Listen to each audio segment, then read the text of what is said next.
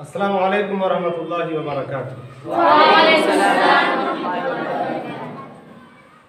ہم نے کل پڑھا تھا کہ الف سے لے کر کے یا تک کے حروف کو حروف الہجا کہا جاتا ہے، حروف الہجا کہا جاتا ہے، اور ضمہ، فتحہ، کسرہ، ضمتین، فتحتین، کسرتین، زبر، زیر پیش، دو زبر، دو زیر، دو پیش کو حرکات کہا جاتا ہے۔ کیا کہا جاتا ہے؟ حرکات کہا جاتا ہے۔ حروف الہجا اور حرکات جب یہ دونوں آپس میں ملتے ہیں تو اس سے لفظ بنتا ہے۔ ہمارے منہ سے جو بھی بات نکلتی ہے اسے لفظ کہتے ہیں۔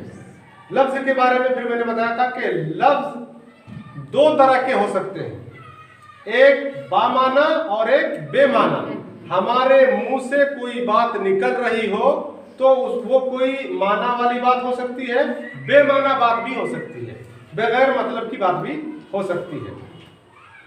بامعنی جو لفظ ہے اسے کلمہ کہتے ہیں۔ ہر لفظ کو کلمہ نہیں کہیں گے، بامعنی لفظ کو کلمہ کہیں گے۔ ایسا لفظ جس کا کوئی معنی ہو، جس کا کوئی مطلب ہو، اسے کلمہ کہتے ہیں۔ اب بورڈ کی طرف دیکھیں، کلمہ کی تین قسمیں ہیں۔ کلمہ کی تین قسمیں ہیں، اسم، فعل، حرف۔ کلمہ تین طرح کے ہوں گے۔ عربی زبان کے جتنے بھی بامعنی الفاظ ہیں، ایسے الفاظ جن کا کوئی معنی ہے، جن کا کوئی مطلب ہے، وہ تین ہی طرح کے ہوں گے۔ یعنی عربی زبان کے بامعنی الفاظ کو تین گروپ میں رکھا گیا ہے۔ ایک اسم کا گروپ ہے، دوسرا فعل کا گروپ ہے، اور تیسرا حرف کا گروپ ہے۔ مختصر میں اگر میں اسم کسے کہتے ہیں یہ بتانا چاہوں تو کسی شخص، کسی جگہ، کسی صفت کے نام کو اسم کہتے ہیں، کسی بھی چیز کے نام کو اسم کہتے ہیں۔ مختصر سی تعریف، اسم کسے کہتے ہیں؟ کسی بھی چیز کے نام کو، کسی بھی نام کو اسم کہتے ہیں۔ فعل کون سا کلمہ ہوتا ہے؟ فعل وہ کلمہ ہوتا ہے جس میں کام پایا جاتا ہے اور زمانہ بھی پایا جاتا ہے۔ جیسے اس نے مارا تو مارنے کا کام ہوا ہے، اور ساتھ ہی ساتھ اس میں زمانہ بھی پایا جا رہا ہے کہ مار پہلے ہو چکا ہے، مار پہلے پڑ چکی ہے۔ ٹھیک ہے؟ اس کے بعد نمبر 3 حرف۔ کلمہ کی ایک تیسری قسم ہے حرف۔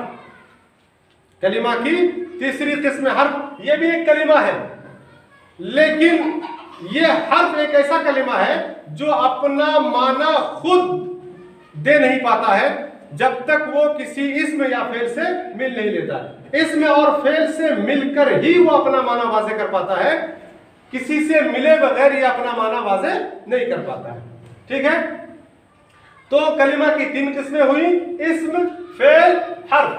اب آئیے، جب ہم اسم کو پہچانیں گے تو آگے اس اسم کو ہم جملے میں بھی رکھیں گے۔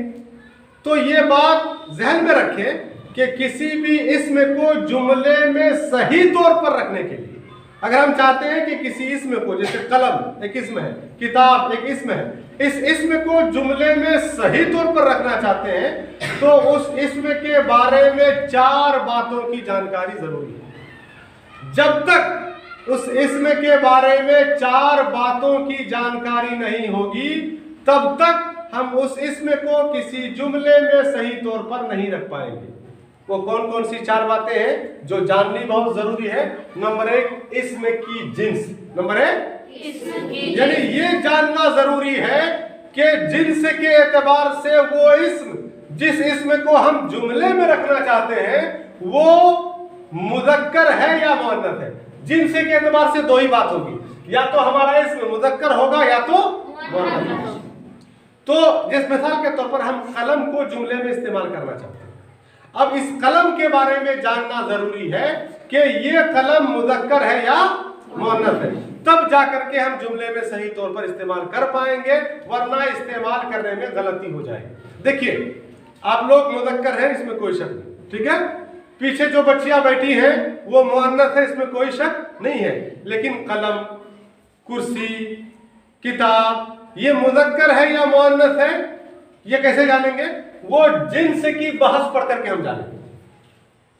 قلم مذکر بھی نہیں ہے مؤنث بھی نہیں, ٹھیک ہے, لیکن اس کا استعمال یا تو مذکر کے طور پر ہوتا ہے یا تو مؤنث کے طور پر ہوتا ہے. یہ جاننا بہت ضروری ہے.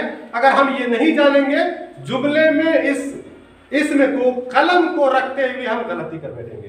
تو ایک چیز تفصیل کے ساتھ ہم لوگ پڑھیں گے, ابھی مختصر طور پر جان لیں کہ اسم کی جنس کی جانکاری ضروری ہے. یعنی یہ جاننا ضروری ہے کہ ہمارا اسم مذکر ہے یا مؤنث ہے. نمبر 2, اسم کا عدد کیا ہے. یعنی قلم کو جملے میں استعمال کرنا چاہ رہے ہیں تو یہ عدد میں کون سے نمبر پر آ رہا ہے. مثال کے طور پر عربی میں کہتے ہیں عدد کی 3 قسمیں ہیں, واحد, مثنی, جمع. یعنی یہ قلم واحد ہے یا مثنی ہے یا جمع ہے. اگر ہمیں پتہ نہیں ہوگا کہ یہ واحد ہے یا مثنی ہے یا جمع ہے تو ہم اس قلم کو جب جملے میں استعمال کریں گے تو غلطی کر بیٹھیں گے, صحیح طور پر استعمال نہیں کریں گے. تو اسم کا عدد جاننا ضروری ہے. یعنی یہ جاننا ضروری ہے کہ ہمارا اسم وہ اسم جس اسم کو ہم جملے میں رکھنا چاہتے ہیں وہ اسم عدد کے اعتبار سے واحد ہے, واحد ایک کے لیے بولا جاتا ہے, مثنی ہے 2 کے لیے بولا جاتا ہے, یا جمع ہے یعنی 1 ہے 2 ہے یا 2 سے زیادہ بہت سارے ہیں. یہ جاننا بہت ضروری ہے. نمبر 3, اسم کی وسعت جاننا بہت ضروری ہے. وسعت کے اعتبار سے اسم کو جاننا ضروری ہے. اور وسعت کے اعتبار سے کیا ہے کہ وہ اسم معرفہ ہے یا نکرہ ہے. مثال کے طور پر یہاں اگر میں آپ لوگوں کو سمجھاؤں تو اس طرح سمجھا سکتا ہوں. مثال کے طور پر میں نے کسی لڑکے سے کہا کہ کوئی طالب علم ہمارے لیے پانی لے کر کے آئے.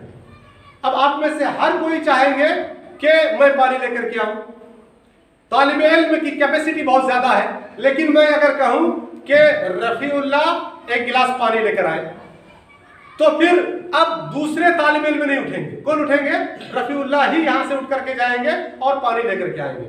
تو اسم کی وسعت, بہت سارے اسم ایسے ہیں جس کی کیپیسٹی بہت زیادہ ہے, تو اس اسم کے بارے میں یہ جاننا ضروری ہے کہ وہ اسم معرفہ ہے یا نکرہ ہے. ٹھیک ہے. نمبر 4, اسم کا اعراب جاننا ضروری ہے. اعراب کل ہم نے پڑھایا تھا زبر زیر پیش, 2 زبر 2 زیر 2 پیش کو حرکات کہتے ہیں. کیا کہتے ہیں؟ حرکات. زبر زیر پیش کو حرکات کہتے ہیں. اور ہم یہاں پڑھا رہے ہیں کہ اعراب جاننا ضروری ہے. اسم کا اعراب کیا ہے؟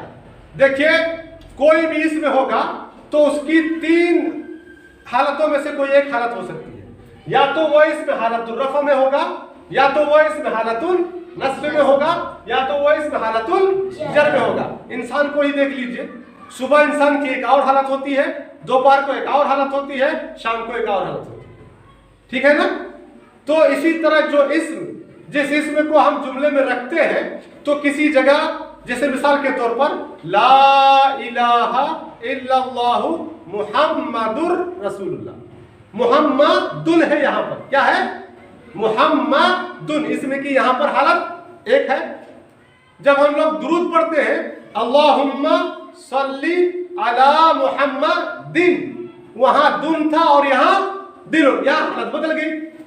اور جب ہم لوگ اذان دیتے ہیں, اذان کے کلمات جب پکارتے ہیں تو کہتے ہیں اشہد ان محمدن رسول اللہ, محمدن. وہاں ہم کیا پڑھتے ہیں؟ محمدن پڑھتے ہیں. تو ایک جگہ ہم محمدن پڑھتے ہیں, ایک جگہ محمدن پڑھتے ہیں, ایک جگہ محمدن پڑھتے ہیں. تو اسم کی حالت بدلتی رہتی ہے, اور یہ بدلاؤ 3 ہی طریقے کا ہو سکتا ہے. اسم کی اعراب کے اعتبار سے ہمارا اسم 3 حالتوں میں سے کسی ایک حالت میں ہوگا, چوتھی کوئی حالت نہیں ہوگی. یا تو ہمارا اسم حالت الرفع میں ہوگا, یا تو ہمارا اسم حالت النصب میں ہوگا, یا تو ہمارا اسم حالت الجر میں ہوگا. اب جیسے ہم نے کہا کسی بھی اسم کو جملے میں آپ رکھنا چاہتے ہیں تو اس اسم کے بارے میں 4 باتوں کی جانکاری ضروری ہے. اگر اس اسم کو صحیح طور پر صحیح سے جملے میں استعمال کرنا چاہتے ہیں بغیر کسی غلطی کے, بغیر کسی خطا کے, تو یہ 4 باتیں. اسم کی جنس جاننا ضروری ہے, مذکر مؤنث. اسم کا عدد جاننا ضروری ہے, یعنی وہ اسم عدد کے اعتبار سے واحد ہے